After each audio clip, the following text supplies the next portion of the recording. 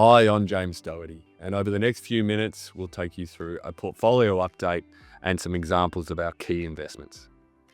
Now, we move over to a portfolio update, and the first part of that is to take a look at the stocks that have been our top and bottom contributors for the past 6 months. So the three stocks on the positive side of the ledger are buy now, pay later operator Zip, which was sold off really aggressively earlier this year for a few reasons. But we saw that sell-off as a real buying opportunity and took advantage of that weakness to increase our position, and investors have been well rewarded from that holding, delivering some really strong growth in the US market. Then we had family tracking software Life360, which continues to perform really well as a leading player in the US market and increasingly rolling out their presence into other jurisdictions across the world. And then thirdly, network as a service provider Megaport, that's been bought up by investors who are increasingly believing in the company's turnaround and growth story after a few false starts over recent years. And in terms of detractors, we had up-and-coming pharmaceuticals company Botanix, who delivered a pretty soft sales update for their new in-market product named Sofdra, which we were initially very excited about, but we'll keep an eye on that one from the bench over coming months.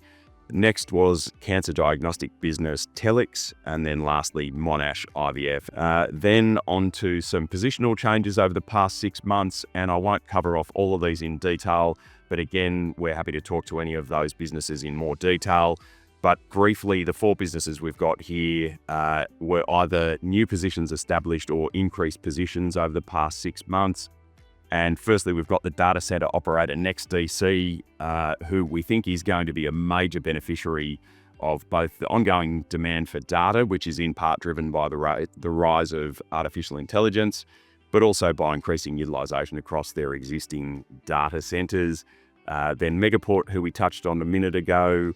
Thirdly, we have the up-and-coming telco challenger Superloop, who are continuing to under-promise and outperform. And then lastly, but certainly not least, we've invested into a pre-IPO position in a business named Firmus, which you may have read about in the AFR in recent times. And I won't steal Jimmy's thunder because he's going to cover off on that one a little bit more, but we think Firmus is going to be one of the most exciting investments for our strategy over the next 6 or 12 months as that company prepares to IPO on the ASX. But before I do hand over to Jimmy, I'd like to touch on a stock that we've had an exposure to for some time now, but have recently increased to be one of our top holdings within the strategy, and that is the diagnostic imaging player Integral Diagnostics. So on this slide, we've summarised why we like Integral and why it's now one of our largest positions, noting that the key investment drivers from our perspective are, firstly, that the diagnostic imaging industry is very much a defensive growth industry, which makes a major player like Integral a compelling opportunity regardless of the economic backdrop.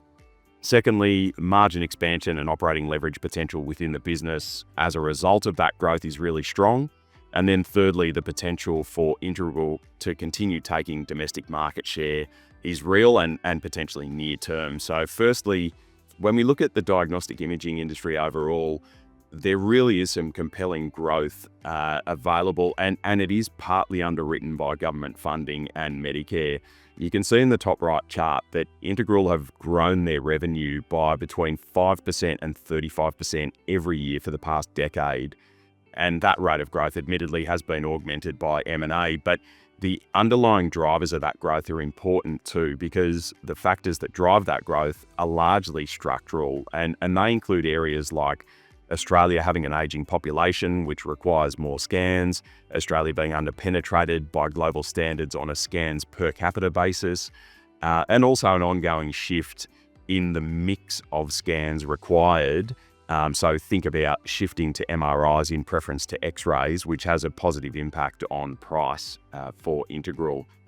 So from all of that, you can comfortably make a case to say that the industry should be growing revenue at high single digits for the foreseeable future.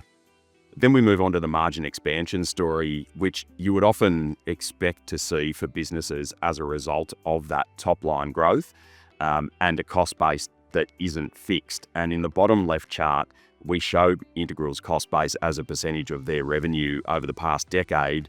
And you can see that that cost base has ranged from 72 or 73% of revenue in the years post-COVID, where there was some JobKeeper assistance, right up to being in the low 80s back in 2017. Now, our view is that total cost as a percentage of revenue can reduce over coming years, and that is partly due to Integral getting a better handle on their staff base, given that's their largest single cost line, but also because Integral have just completed a merger with one of their competitors in Capital Health. Now, combining two very similar businesses well is always a challenge, but if it is done well, there can be some pretty solid cost synergies, and that's exactly what we've seen from the merger to date, with an expectation of more efficiencies to come. So we think really strong revenue growth and a good integration of a close competitor should see margins expand over coming years. And then lastly, you can see in the bottom right chart, the Australian diagnostic imaging industry is largely made up of a few big players, of which Integral is clearly number 3, and then a large number of small players who still make up around a quarter of the industry. Integral have shown that they are happy to be acquisitive when the right opportunity comes up, including a few years back where they actually expanded into New Zealand. Now, that offshore opportunity has had its challenges, but we think there's potential for Integral to actually divest away from that exposure and ultimately give them more firepower to deploy back into the Australian market. So we think that is a real opportunity for Integral to continue taking domestic market share. So we do really like Integral. We know the current CEO is departing in an orderly fashion and a new leader will be announced in coming months, but we think the stage is set for that new person to enter the business at a really interesting time.